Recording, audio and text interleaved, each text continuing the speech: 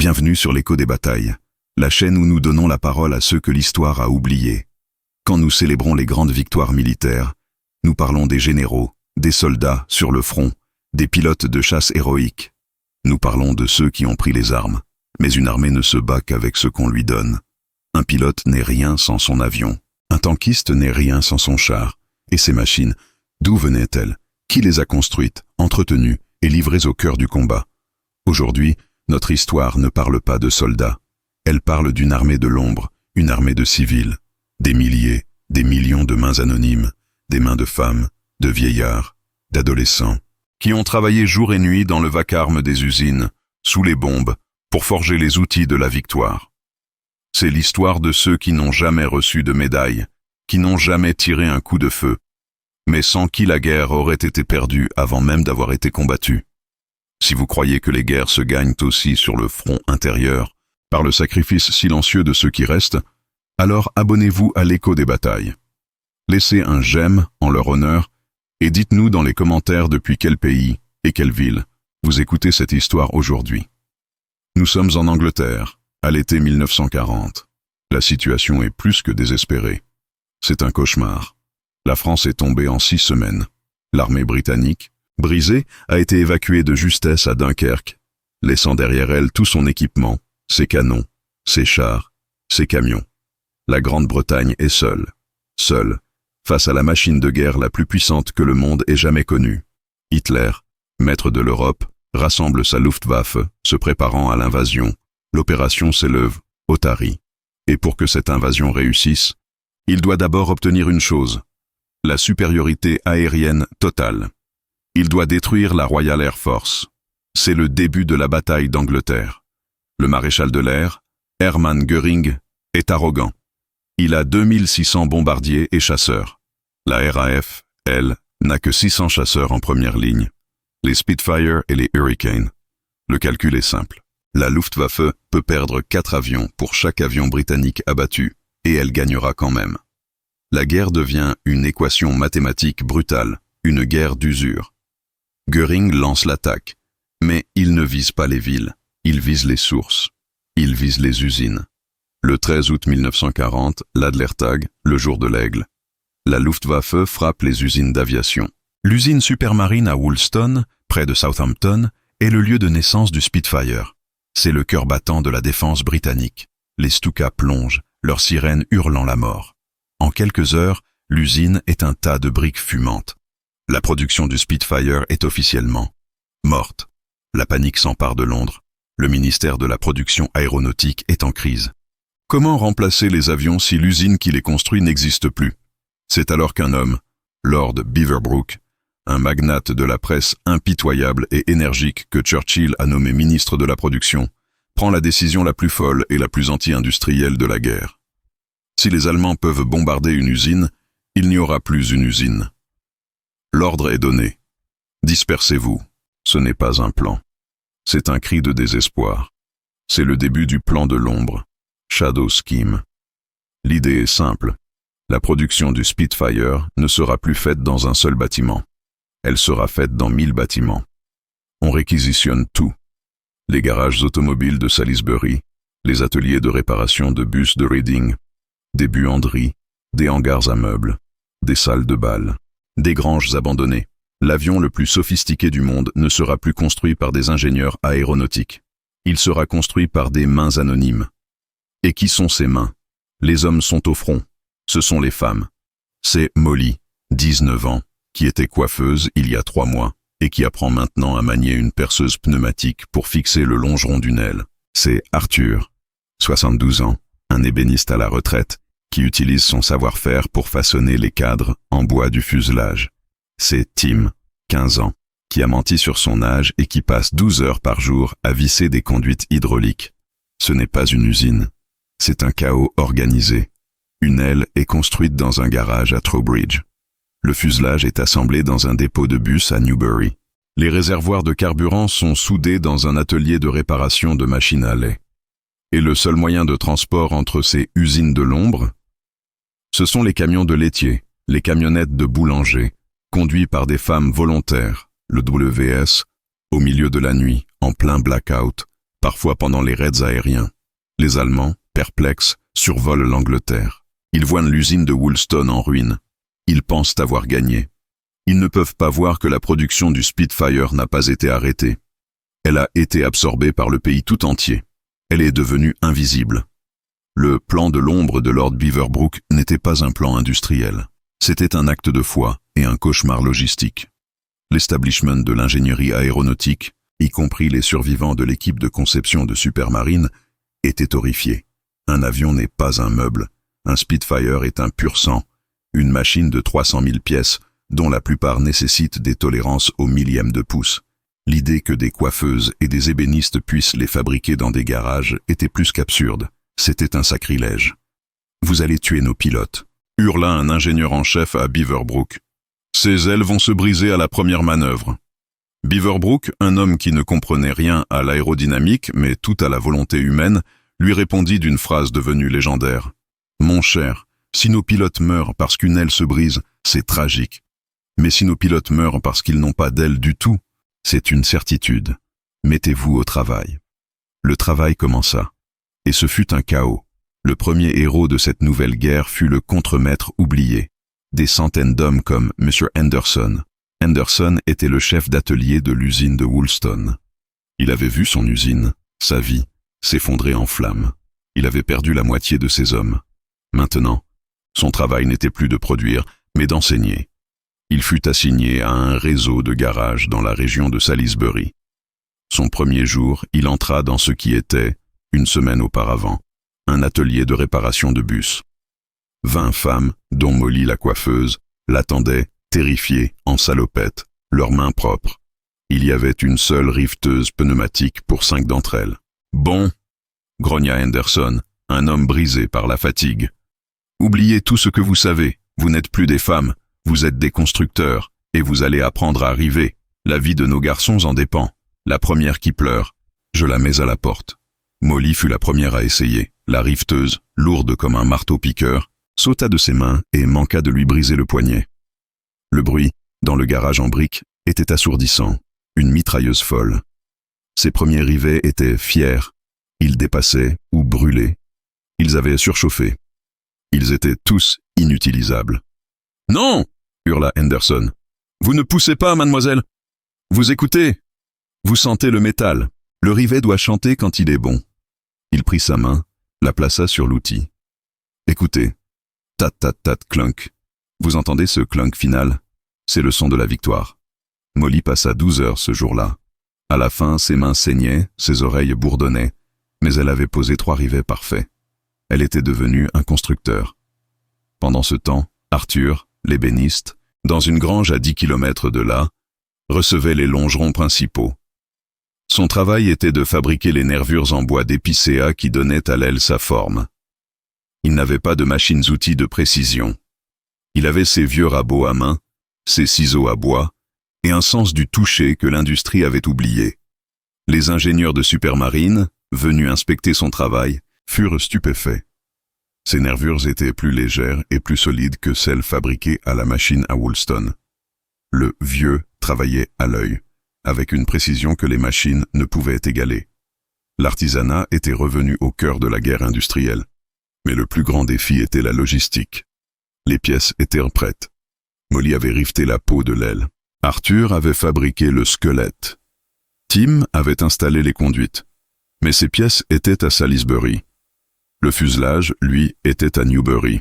Et le moteur Rolls-Royce Merlin arrivait, sous bâche, par train secret, à Reading. C'est là qu'intervint la 2e armée anonyme, les conductrices du WS, Women's Voluntary Services. Des femmes comme Betty. Betty conduisait un camion civil non blindé, un vieux Bedford, qui avait autrefois transporté des pommes. Sa cargaison, 2 ailes de Spitfire arrimées à l'arrière, déguisées sous une pile de caisses de choux. Sa mission, conduire de Salisbury à Reading, de nuit, en plein blackout, sans phare. Les raids aériens de la Luftwaffe avaient commencé. C'était l'Adlertag.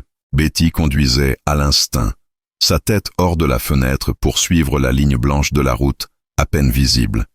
Elle entendait le vroom-vroom lourd des bombardiers Heinkel 111 au-dessus d'elle. Elle entendait le whump des bombes qui tombait sur Southampton, à sa gauche. Elle n'avait pas d'arme. Sa seule défense était de ne pas s'arrêter.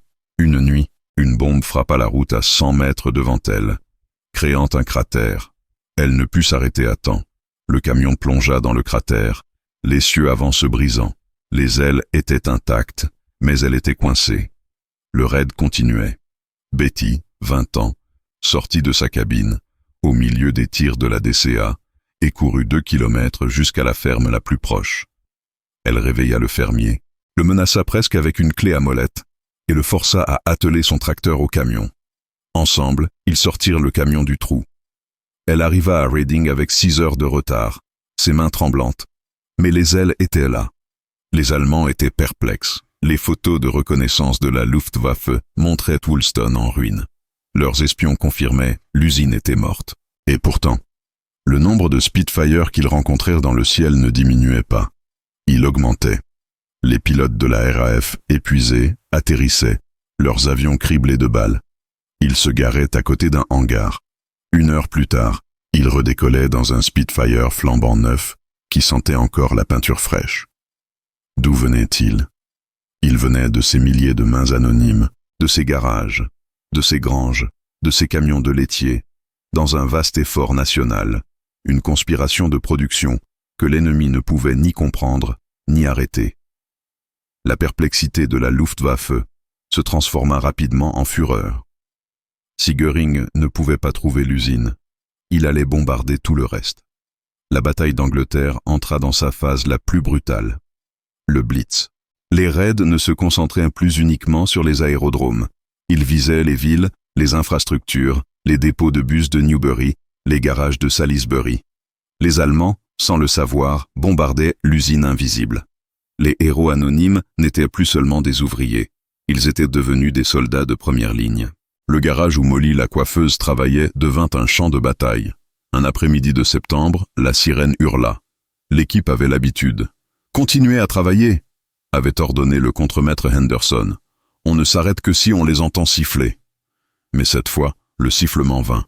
Un chra strident, suivi d'une explosion qui souffla les portes du garage. Une bombe de 250 kilos avait atterri dans la rue. Le toit s'effondra. Les gabarits de l'aile du Spitfire, si précieux, se tordirent sous le poids des briques. Molly fut projetée contre le mur, son bras ouvert par un éclat de tôle. Elle se releva, à moitié sourde, le goût de la poussière de plâtre dans la bouche. L'aile sur laquelle elle travaillait, presque terminée, était écrasée. À côté d'elle, une autre femme, son amie, celle qui lui avait appris à lire le métal, gisait immobile, tuée sur le coup par la chute d'une poutre. Molly n'eut pas le temps de pleurer. Henderson, le visage couvert de sang, émergea des décombres. Il ne regarda pas la femme morte. Il regarda l'aile détruite. « Dehors !» hurla-t-il. « Sortez-la! Sauvez les outils! On a besoin des riveteuses. Il y a un autre garage à 2 rues d'ici. On déménage. L'aérodrome de Kenley attend cette aile pour demain soir. » Il n'y avait pas de place pour le deuil. Il n'y avait de place que pour le quota. Molly, son bras bandé avec un chiffon sale, aida à porter les outils pneumatiques dans la rue, tandis que les bombes continuaient de tomber. Ses mains anonymes ne faisaient pas que construire. Elles saignaient.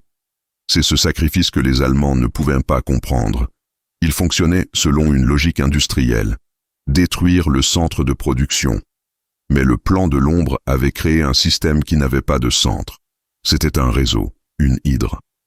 Si vous coupiez une tête, 2 autres repoussaient.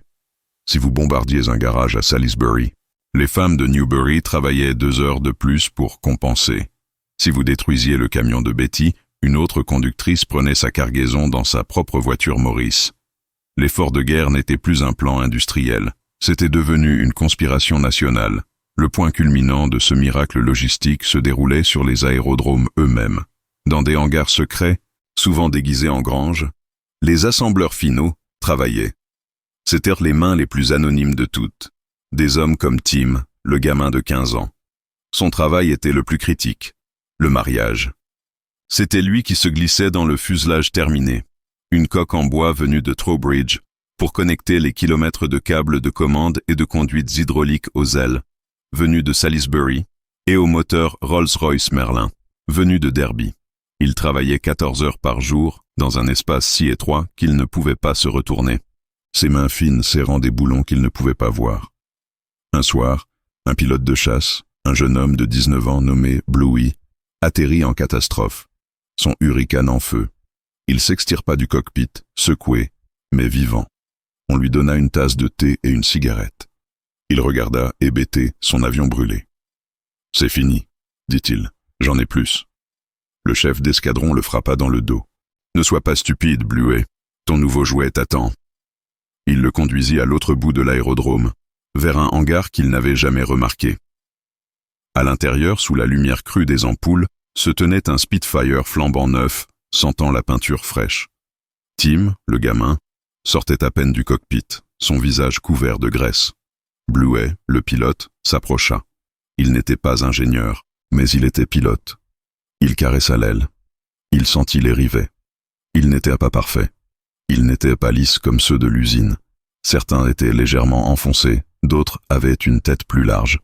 C'était l'écriture manuelle de Molly, la signature d'un garage de Salisbury. Il regarda le chef mécanicien, un Henderson. « Mon Dieu, qui a construit ça ? C'est fait à la main. » Le chef mécanicien prit une bouffée de sa pipe. « Elle a été construite par une coiffeuse, un vieux charpentier, et livrée par une laitière, mon garçon, et assemblée par ce gamin que tu vois là. Alors, tu n'as pas intérêt à l'abîmer. » Le pilote Bluey regarda Tim, l'adolescent, qui le regardait avec des yeux fatigués. Le pilote comprit. Il ne se battait pas pour le roi, il ne se battait pas pour l'Empire. Il se battait pour Molly, pour Arthur, pour Betty et pour ce gamin. Il jeta sa cigarette, grimpa dans le cockpit, et le rugissement du Merlin couvrit le son d'une nouvelle alerte aérienne. L'avion, construit par des milliers de mains anonymes, décolla dans la nuit pour intercepter les bombardiers. La bataille d'Angleterre n'était pas gagnée par les peu nombreux de Few dans le ciel. Elle était gagnée par les nombreux, the many, au sol, cette armée invisible que Göring ne pouvait pas trouver. Septembre 1940, le point de rupture. Göring foudrage, ne comprend pas. Ses rapports de renseignement sont formels. La production de Spitfire aurait dû s'effondrer après le bombardement de Woolston. Et pourtant, chaque jour, ses pilotes rencontrent plus de Spitfire dans le ciel qu'auparavant. L'effort de guerre britannique, au lieu de se briser, s'est durci. L'équation mathématique de l'usure s'est inversée. C'est la RAF qui inflige des pertes insoutenables à la Luftwaffe. Göring, dans un acte de frustration stratégique qui lui coûtera la guerre, change de cible. Il abandonne l'attaque des aérodromes et des usines de l'ombre, qu'il ne trouve pas. Il décide de briser le moral du peuple britannique. Il lance le blitz total sur Londres. Ce qu'il ne sait pas, c'est qu'en faisant cela, il donne à l'armée anonyme de Lord Beaverbrook le répit dont elle a désespérément besoin. L'attaque sur Londres est un enfer. Mais elle n'est pas une attaque sur les garages de Salisbury ou les dépôts de bus de Newbury.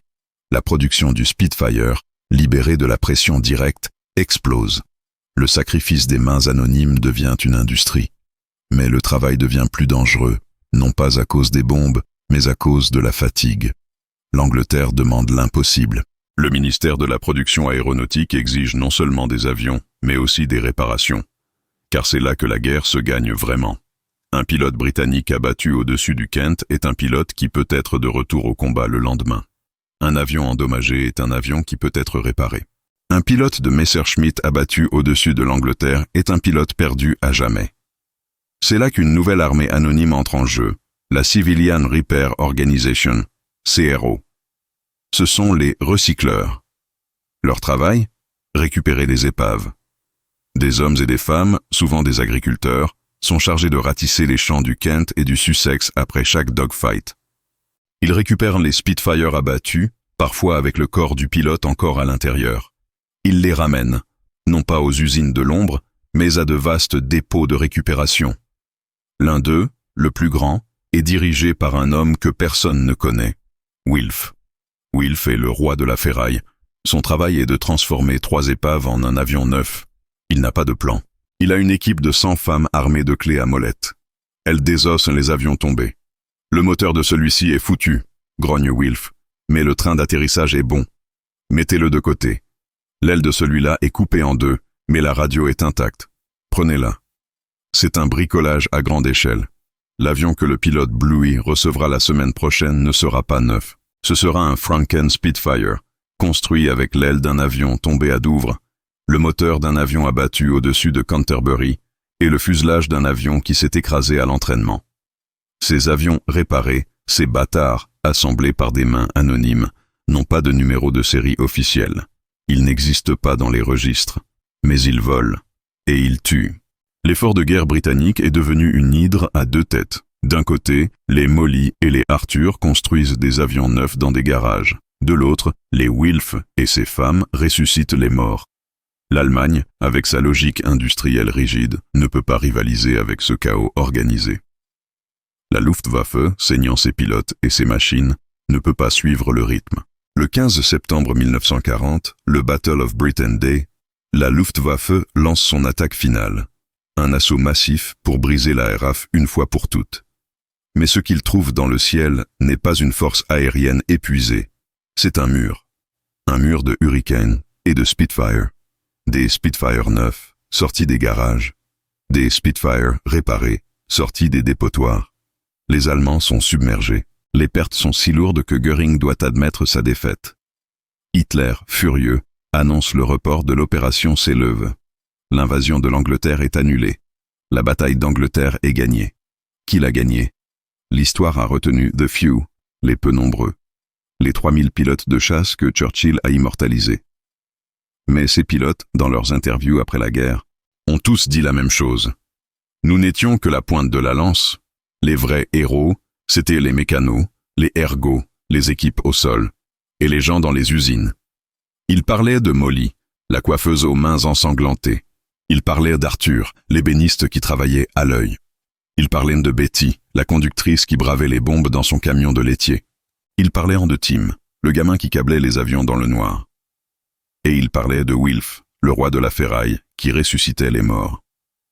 Des milliers de mains anonymes, qui n'ont jamais pris les armes, qui n'ont jamais vu l'ennemi, venaient de construire la victoire. La bataille d'Angleterre était gagnée, l'invasion était repoussée, mais la guerre, elle, était loin d'être terminée. Le plan de l'ombre, ce système de production improvisé, né du désespoir, devint le moteur de la victoire britannique. Il ne s'est pas arrêté en 1940. Il a continué, s'est perfectionné. Les garages de Salisbury, les dépôts de bus de Newbury, les ateliers de laitiers. Ils ont continué à produire. Ils n'ont pas seulement produit des Spitfire. Ils ont produit des ailes pour les bombardiers Lancaster, des fuselages pour les Mosquito, des pièces pour les chars Cromwell. L'armée anonyme, l'armée des mains qui n'ont jamais pris les armes, a continué à saigner, à travailler et à se sacrifier, dans l'ombre, pendant encore 4 longues années. Ils ont fourni les armes du jour J. Ils ont fourni les bombardiers qui ont rasé Hambourg et Dresde. Ils ont fourni les navires qui ont gagné l'Atlantique. Et puis, mai 1945. La victoire. L'Allemagne a capitulé. L'Europe est libérée. Des défilés monstres ont lieu à Londres. La foule acclame Churchill. Elle acclame les pilotes de la RAF, les soldats de la 8e armée, les marins de la Royal Navy. Les héros rentrent chez eux. Et que sont devenus les milliers de mains anonymes? L'histoire s'est répétée, comme toujours. La machine de guerre s'est arrêtée aussi soudainement qu'elle avait commencé. Les contrats ont été annulés. Les usines de l'ombre ont été fermées. Les garages ont été rendus à leurs propriétaires pour qu'ils puissent à nouveau réparer des voitures. Molly, la coiffeuse, dont les mains étaient désormais déformées par l'arthrite et le doigt blanc de la riveteuse, a reçu son dernier chèque de paie et une tape dans le dos. On lui a dit que sa place était désormais à la maison, pour accueillir son mari, s'il avait la chance de revenir. Son savoir-faire de lead riveteur, qui valait de l'or pendant la guerre, ne valait plus rien en temps de paix. Arthur, l'ébéniste, est retourné à sa retraite, ses vieux rabots rangés dans un hangar, son rôle dans la fabrication de l'aile qui a sauvé l'Angleterre, jamais documenté. Betty, la conductrice, a rendu son camion Bedford et est redevenue une jeune femme au foyer. Tim, le gamin qui avait menti sur son âge, est allé s'inscrire dans une école de mécanique, son expérience de 4 ans en câblage de Spitfire ne comptant pour rien face à un diplôme. Wilf, le roi de la ferraille, a vu son dépôt de récupération, ce lieu de résurrection, vendu à la casse. L'histoire n'a pas retenu leur nom. Il n'y a pas de monument pour Molly, Arthur, Betty ou Tim. Il n'y a pas de statut pour les contremaîtres comme Henderson, qui ont hurlé, enseigné et pleuré pour maintenir la ligne de production. Leur victoire était leur anonymat. Leur récompense fut le silence des sirènes d'alerte. Mais la prochaine fois que vous verrez une image d'archive d'un Spitfire, dansant un duel mortel avec un Messerschmitt au-dessus des falaises blanches de Douvres, ne regardez pas seulement le pilote. Regardez les rivets, écoutez le moteur, et souvenez-vous que cet avion n'a pas été construit par un grand général, ni par une machine parfaite. Il a été construit dans un garage, par une coiffeuse, assemblé par un adolescent, et livré par une laitière. La victoire a été construite par des milliers de mains anonymes qui n'ont jamais pris les armes, mais qui ont, sans aucun doute, gagné la guerre.